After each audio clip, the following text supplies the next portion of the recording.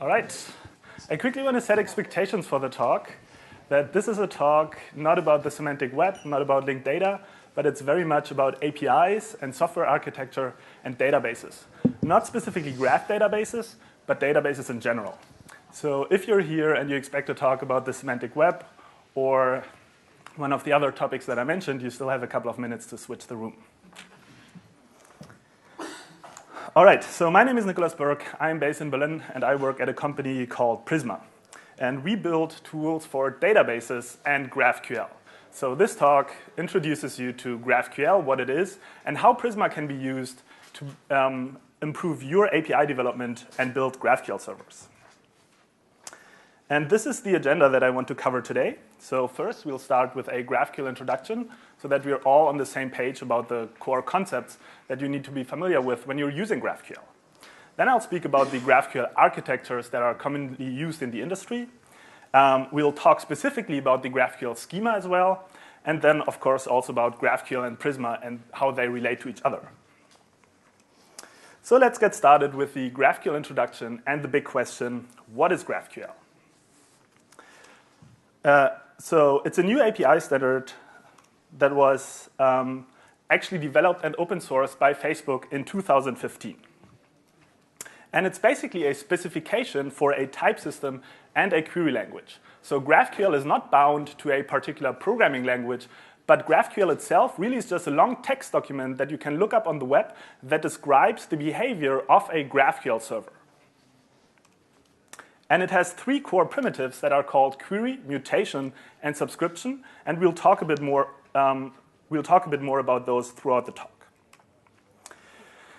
The most obvious thing to do when starting to talk about GraphQL is to compare it to something that most developers are already familiar with. And in that particular situation, this is probably a REST API. So GraphQL is commonly used as an alternative or as a complement to REST APIs. So let's compare these two technologies.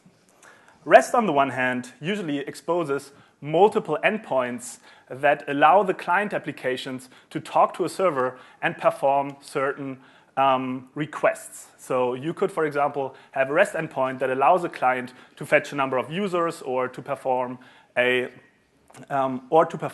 user registration. With GraphQL, you only have a single endpoint, and the client actually can decide what kind of data it wants to have in return from the server. Which brings me to my next point, that with REST APIs, the server decides about the JSON structure that is being returned to the client. So each REST endpoint has a fixed structure of data that is going to be returned to a client when that endpoint is being requested. With GraphQL, the client decides how the data is being returned. So the client can decide on the structure of the JSON response that is going to be received. And REST per se is schemaless, and GraphQL is schema-full. So let's talk about all these three different points in a bit more detail. First, we have the multiple endpoints. So this is what a typical REST API looks like. We have a number of HTTP endpoints that our client and mobile applications can access to talk to the server and retrieve data from the database or perform some other kind of functionality. With GraphQL, on the other hand, we only have this single endpoint where all the requests are going to. The server decides how the data is being returned with the REST API. With GraphQL, the client decides. So what does this actually mean? What does it look like? So on this slide now, you're going to see your first GraphQL query. On the left, we have a front-end application or a mobile application. And on the right, we have a GraphQL server that exposes this GraphQL endpoint. So typically, the communication with the GraphQL server is done via HTTP POST requests. And the GraphQL query is put into the body of that POST request. And here is what a GraphQL query looks like. So with this, we basically describe the data that we're interested in. So here we're asking for a specific user by passing an ID, and we just request the name of that particular user. The server responds with this information, with this data, which follows exactly the same structure of the query. So in the query, we have the user field and the name field, and the JSON object that is returned by the server also has this user and name keys. So basically, the GraphQL query can be viewed as an empty JSON object where we only have the keys of the data that we're interested in, and then the server is going to fill in those values for us. But GraphQL is a lot more powerful than just submitting these kinds of simple queries. For example, we could extend this query now to also ask for the titles of the posts of a particular user if this was a blogging application, for example. So then again, the GraphQL server responds with data that again follows the shape of the query. So we have the user, name, post, and title fields in here. So again, this is the empty JSON object that we are sending over to the server, and the server is filling in those values for us. Let's talk about the schema part. So REST by default is schemaless, but we can use tools like Swagger or OpenAPI to add a schema to our API. Swagger and OpenAPI are using YAML to describe the different functionalities of the REST endpoints. So here is an example from the Swagger repository, which has 109 lines, so you can look it up. It's the description for a very simple pet store API that basically has 3 operations of retrieving a list of pets, creating new pets, and I think retrieving a single pet. So let's now look at what or how we can describe this with GraphQL in a much more concise way. So here we have the GraphQL schema language that I'm going to talk about a bit more in the next part of the talk. But here we also have one operation on the query type here that which allows us to retrieve a single pet, then a list of pets, and we also have this mutation that we can use to create a new pet. So this basically what's the same kind of functionality that's described on the left is expressed here on the right in a lot more concise and readable way. So why would you want to use GraphQL? So first and foremost, because it has this strongly typed schema for your API, which leads to a lot of other advantages that I'm going to speak about. Then it allows front-end developers to query exactly the data that they need instead of having to talk to multiple REST endpoints to query the data for one particular view. So they're actually saving a lot of network traffic if they're using GraphQL. And GraphQL, despite the fact that it's so young, has already a really rich ecosystem of tools and a really great community. So all of these companies right here, GitHub, Twitter, Yelp, Shopify, Pinterest, the New York Times, of course Facebook, are using GraphQL in production today. If you want to learn more about GraphQL, you can check out this blog post, which has the top 5 reasons to use GraphQL, and then also a more developer-focused introduction to GraphQL on the fullstack tutorial website, howtographql.com. Let's talk about a couple of common architectures that you'll use when you use GraphQL. So there are basically 3 ways how you can use GraphQL in your backend stack. One, as a GraphQL monolith. Then, if you have a microservices architecture, you can use a GraphQL gateway. And then you can also use a GraphQL proxy for your existing legacy systems. And again, let's talk about these architectures in a bit more detail. So first, the GraphQL monolith. This is basically what the architecture looks like. We have the database, we have the GraphQL web API server, and we have the front end. So this is very much the classical 3-tier architecture, that most developers will be familiar with. In this setup, the GraphQL server implements the business logic and the database access. And this has the advantage overall that it has a fairly simple setup and it's also easy to deploy. So you don't have a lot of operational overhead as you would have with microservices. So here we have the microservices and GraphQL gateway approach, where we have a bunch of microservices and they all go together into one single GraphQL gateway API server that our front-end applications can then talk to. So this still allows you to keep this modular and scalable service architecture on your backend.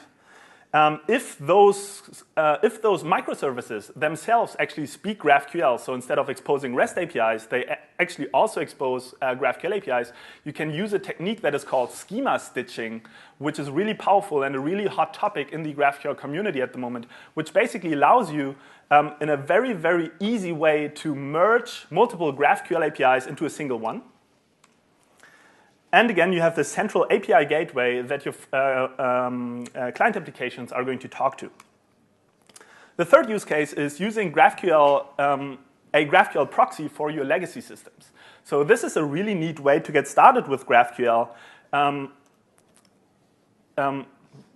It's a really easy way to get started with GraphQL if you don't want to rewrite your entire backend, but you still want your front-end developers to take advantage of all the benefits that it offers, because front-end developers especially become a lot more productive with GraphQL.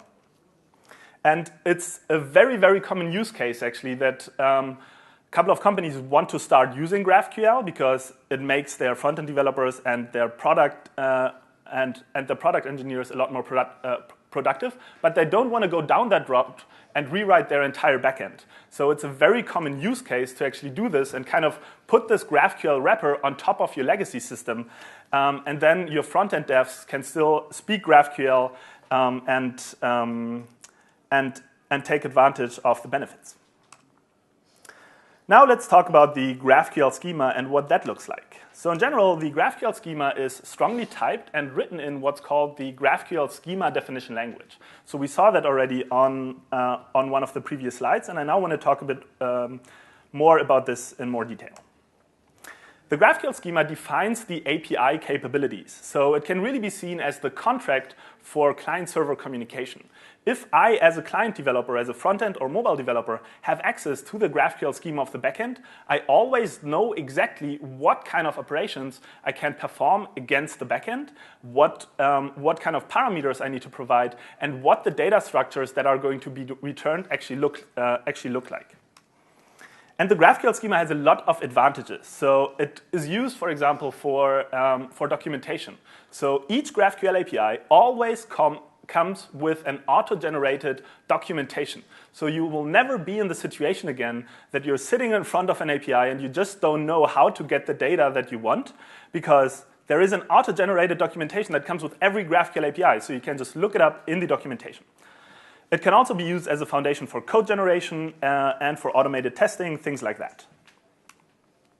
The schema definition language. We already saw an example. Here is another one.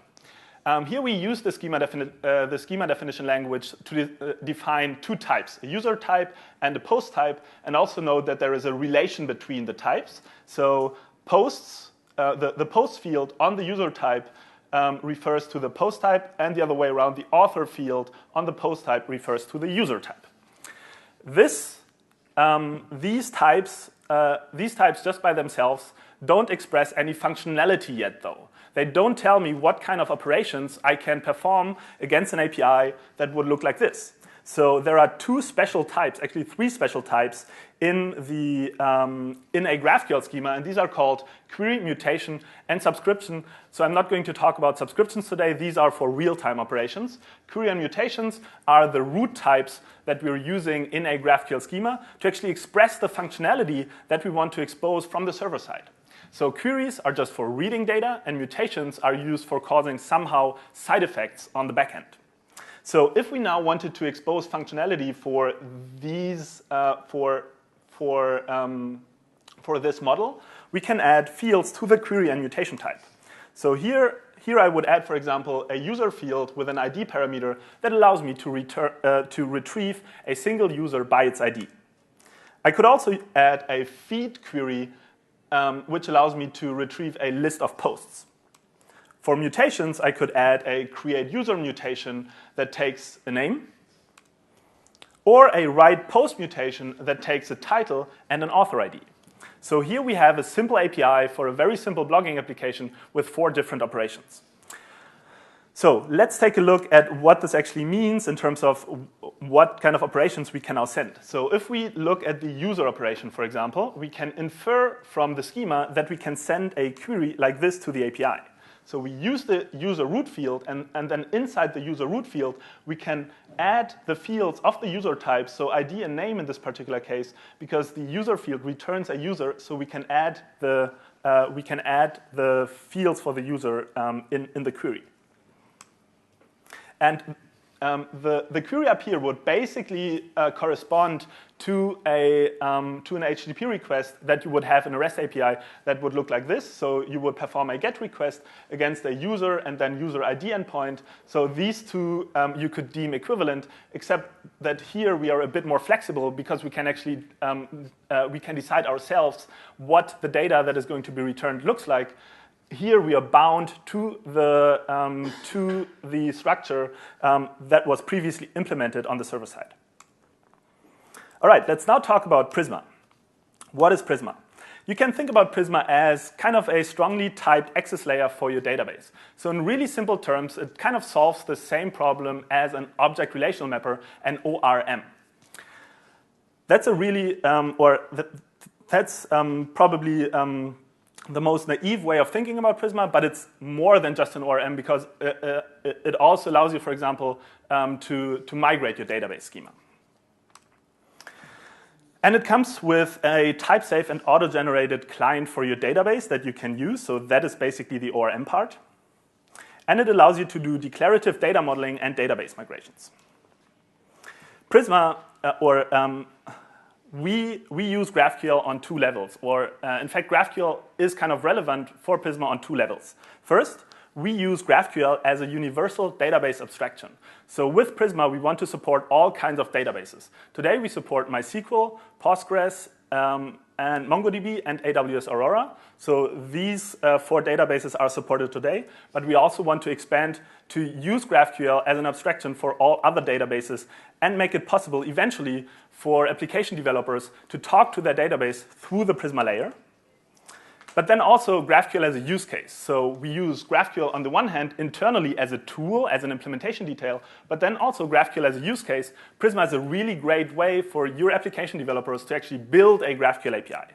And again, I'll speak about both of those in a bit more detail. So GraphQL as a universal database abstraction, what does this actually mean?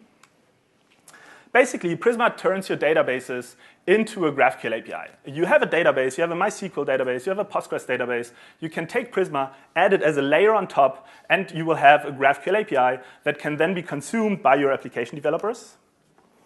Prisma allows you to model and migrate your database using the GraphQL schema definition language. So you can define a data model for Prisma in the GraphQL SDL. And Prisma is then going to map this data model to the actual database schema, and it will generate the corresponding SQL statements to also migrate your database schema. And it allows you to read and write data using GraphQL queries and mutations. So how Prisma works is basically that you start by connecting your database, then you define the data model in the schema definition language. If you come with an existing database, then the second step looks a bit different because then Prisma is actually going to introspect your current database schema and infer the data model from that. Then you go and migrate your database. You can go and generate the Prisma client next, which allows you to talk to your database in any programming language. So at the moment, we support JavaScript, TypeScript, Flow, and Go. And then you can start building the applications that you want to build. Let's now talk about GraphQL as a use case and how Prisma helps you building your own GraphQL servers.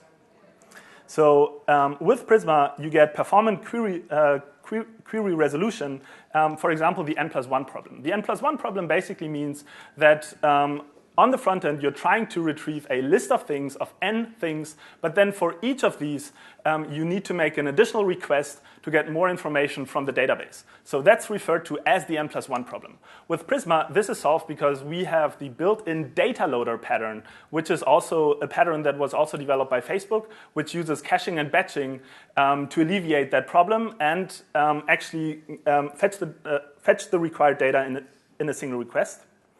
You get out-of-the-box CRUD and real-time operations. And we really value type safety. So one core goal core goal for us at Prisma is to basically bring type safety into the world of application development, which is still largely, or at least in the JavaScript space, mostly dominated by just simple Node developers. But at the moment, we have languages like TypeScript and Flow, which are coming up. So we are trying to enforce the type safety aspect, and we just recently released a tool that allows you to really build GraphQL, type-safe GraphQL servers, which is called GraphQL Gen. And there are basically the two use cases how you can integrate Prisma in your application architecture when you're building a GraphQL server. So again, we have the GraphQL monolith, in which case Prisma basically sits inside your GraphQL API server and connects your server to the database. Or if you're using the microservices approach, then you would have multiple Prisma instances that each sit on top of your database that are coming together in the gateway server and can be accessed from there. If you want to learn more about Prisma, you can go to our documentation, check out the quick start, or read the What is Prisma section also in our documentation. I don't think we have time for a demo, so I'm going to skip this part. If you're interested in that, I'm happy to show you a bit what it looks like in practice afterwards. I quickly want to make a note, because that's very recent about GraphQL. So here is a tweet from Lee Byron, who is the creator of GraphQL, who used to work at Facebook. And just yesterday, he tweeted that GraphQL will get its own foundation in partnership with the Linux Foundation. So this is a really big deal for the GraphQL community. And I know that this is a conference about data and linked data and the semantic web. So I quickly want to highlight a talk that Ruben Verborg gave at the GraphQL Day conference, which happened this year in April, querying on the decentralized web. So this is a talk that brings together the worlds of GraphQL and the semantic web. So if you're interested in that, then I think you should also go and check out that talk. And as we're talking about conferences, I also want to tell you that we are hosting the GraphQL Conf in Berlin next year. So we already hosted 2 GraphQL conferences in Berlin this year and last year. Last year we had about 300 attendees. This year we had 500. Next year we aim for 800 attendees. And we had speakers from GitHub, Docker, from Facebook, from Twitter. So all these high-profile companies that are using GraphQL in production have been speaking at this conference, and they will be speaking at this conference next year as well. And that is all I have. Thank you so much.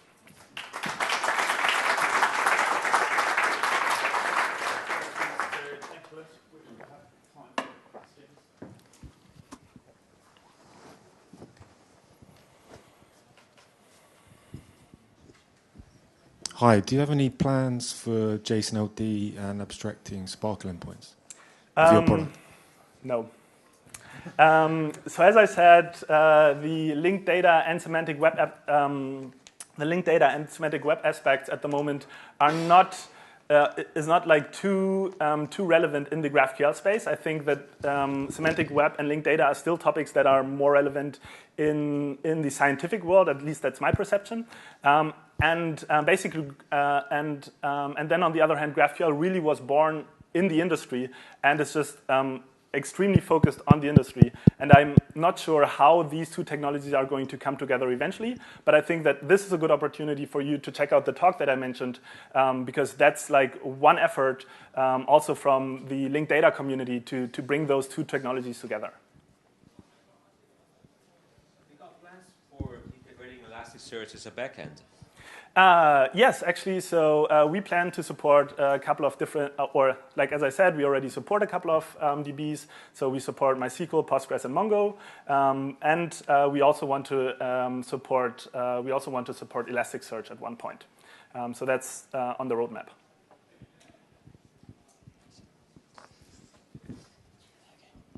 Hello. Have you? I like the 3 patterns that you presented. Mm-hmm. I've got a 4th one in my mind, and I wonder if you are kind of planning to support that, which is where you might want to sort of cache existing what you might call legacy data sources in a GraphQL front end database. Interesting. So you would have you seen that at all? You mean the data is being cached on the front end from the legacy system, or where exactly? Yeah, so you kind of had the other pattern where you'd actually go out to the individual systems and do sort of like a federated query. So this that probably? one, yeah. Which I can imagine some people might have difficulty with in terms of performance, where you've got an n+1 problem across stores. And I've seen a pattern, certainly within my own organization, where those data sources are actually pushed actively into a GraphQL database.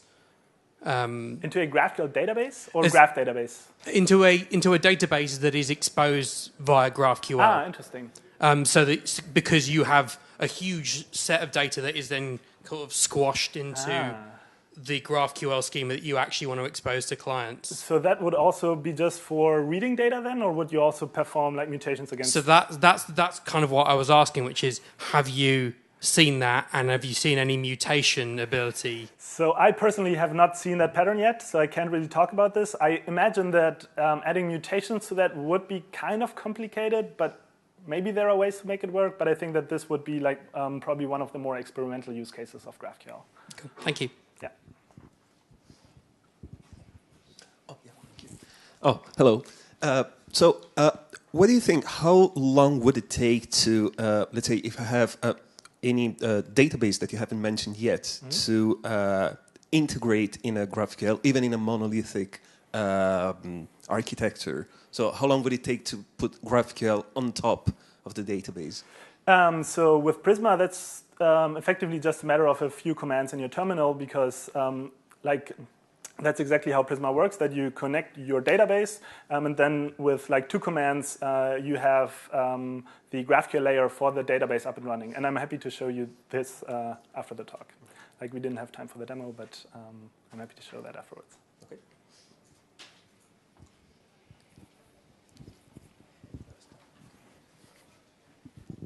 Thanks, great talk.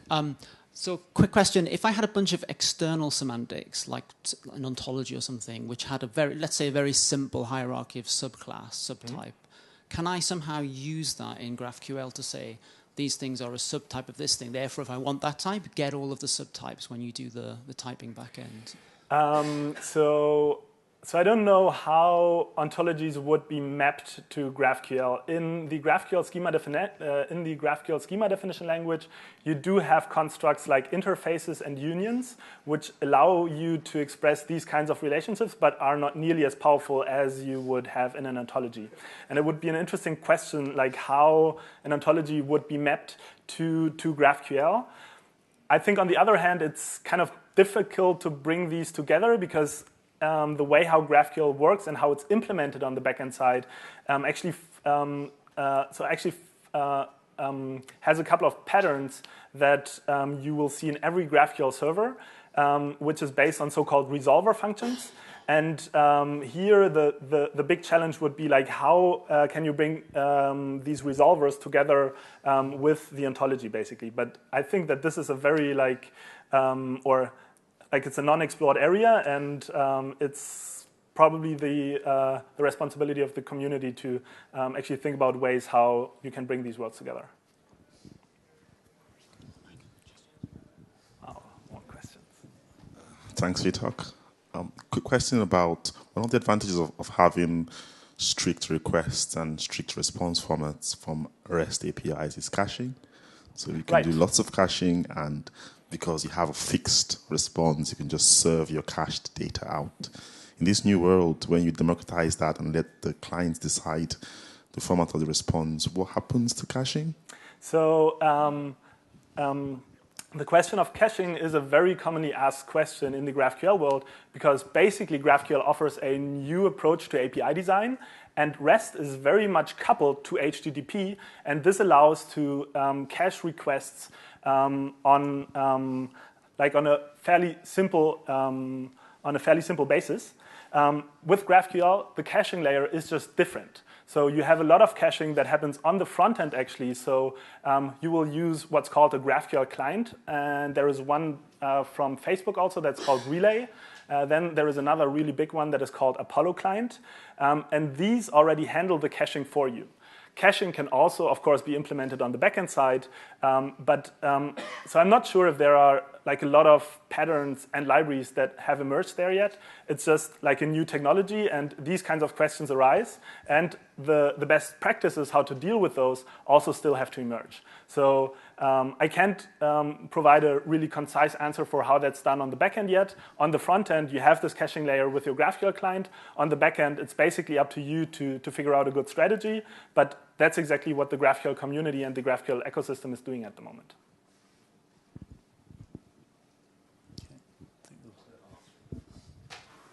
Can you give me some insight as to where you think the limitations of GraphQL is compared to, for example, a full semantic database, GraphDB or something like that?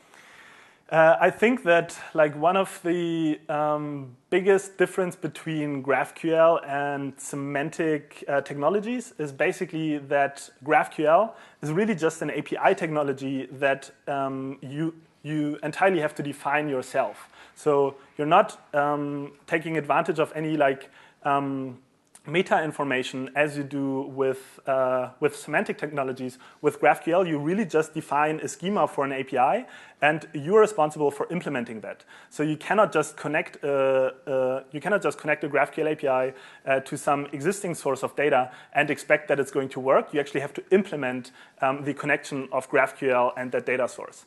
So I think that this is just the biggest difference, that GraphQL has no kind of metadata, and I think that the semantic technologies are very much based on the idea of adding metadata to existing data structures.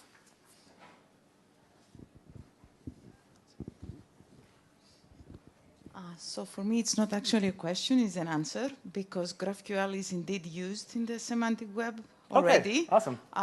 It's used in combination with Shackle. There is an open source now mapping between a GraphQL and a Shackle schema, and because a lot of people now, they don't actually describe their ontologies with OWL, but with Shackle. So actually, there is a one-to-one translation from GraphQL to Shackle, so you can query your triple store. And there are projects that maybe I should. Okay, so for example, in Top Quadrant, I know they actually have this automatically. So you do a GraphQL query, but actually you are querying the triple store from behind. And in our company, Refinitiv, we're actually going to use GraphQL in our triple store. Awesome. Yeah. So here we have one example of how these two worlds are being brought together. So, and I think that, yeah, so it makes a lot of sense. Yeah, it's a way to still query a triple store with GraphQL. So that's a neat way of using it. Okay. One more question. Creeping into lunchtime now, so they better be good. Sorry. You mentioned many organizations using GraphQL. Yeah. Are they using exclusively GraphQL, or are they supporting GraphQL in addition to the traditional REST API? So it really depends on the company. It's definitely not the case that all of these companies are just using GraphQL. So I can give a couple of examples, for example. So for example, Shopify is using GraphQL for their external API that people use when they want to interact with their Shopify setup. The same, for example, for GitHub, which also in the past only had REST APIs that they exposed to developers. The fourth version of the GitHub API is exclusively a GraphQL API. Actually, most of these companies have been speaking at some GraphQL conferences in the past. So if you're interested in learning more about how they specifically use GraphQL, I just recommend check out the talks on YouTube. I think that's it. Okay. Big thanks to Nikolas.